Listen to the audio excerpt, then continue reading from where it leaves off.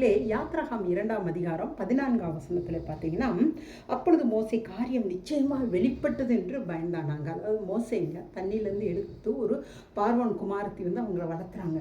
பார்வோன் அங்கே சகல கலைகளும் கற்றறிந்தவனா பார்வோனுடைய அரண்மனையில் வளர்க்கப்படுறாங்க. அப்போ வளர்க்கப்படும் போது அவனுக்குள்ள ஒரு தைரியங்க. எப்படின்னா, தன்னோட ஜனங்கள் எப்ரேய ஜனங்கள் இந்த எகிப்தியருக்கு அடிமையாக இருக்காங்களா, அவங்களை எப்படியாவது நம்ம விடுவிக்கணும் அப்படின்னு சொல்லி என்ன செய்தானா, அவன் நிறைய கலைகள்லாம் கற்றிருந்தாங்க. அதனால் அவனுக்கு ரொம்ப சந்தோஷம். யுத்த கலையெல்லாம் கற்றுருந்ததுனால ஒரு நாள் வெளியில் போகிறேன். எப்ரேயில் ஒருத்தனை ஒரு எகிப்தியன் கொடுமைப்படுத்துகிறான். உடனே அவனை என்ன செய்கிறாங்க, கொலை பண்ணிடுறாங்க. ஆனால் அந்த காரியம் வெளிப்பட்டுச்சாங்க. வெளிப்பட்டவனே அவன் பயந்தானாங்க. ஐயோ, மாம்சீகமாக சில நேரம் நம்ம செயல்படும் போது நமக்கு பயந்தாங்க வெளிப்படுது. ஆனால் ஒரு நேரம் வந்துச்சுங்க, இதே மோசே 40 வருஷம் கழித்து ஆவியில் வளர்ந்தவனாக வர்றாங்க.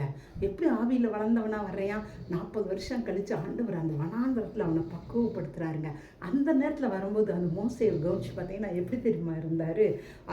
அதாவது அவன் சொல்கிறான், இஸ்ரேல் ஜனங்களுடைய பேரை ஜீவ புஸ்தகத்தில் கிறுக்கி போடுறதுக்கு பதிலாக என் பேரை கிறுக்கி போடுங்க அப்படிங்கிறான்.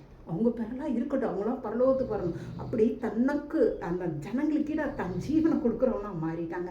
அந்த விதமான பொறுமை எப்படிங்க வந்துச்சு? அவன் அந்த 40 வருஷம் கடவுளோடு இருந்து பொறுமையை கற்றுக்கொண்டானுங்க.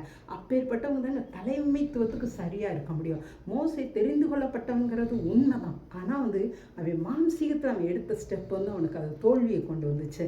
ஆனால் அவன் ஆவியில் தன்னை வளர்த்து கொண்ட பிறகு அவன் ஸ்டெப் எடுக்கிறான் பார்த்தீங்களா, அது பெரிய லெவலில் கொண்டு அந்த ஜனங்களை மீட்டுக்கான அந்த இடத்துக்கே கொண்டு போக வச்சிருச்சுங்க.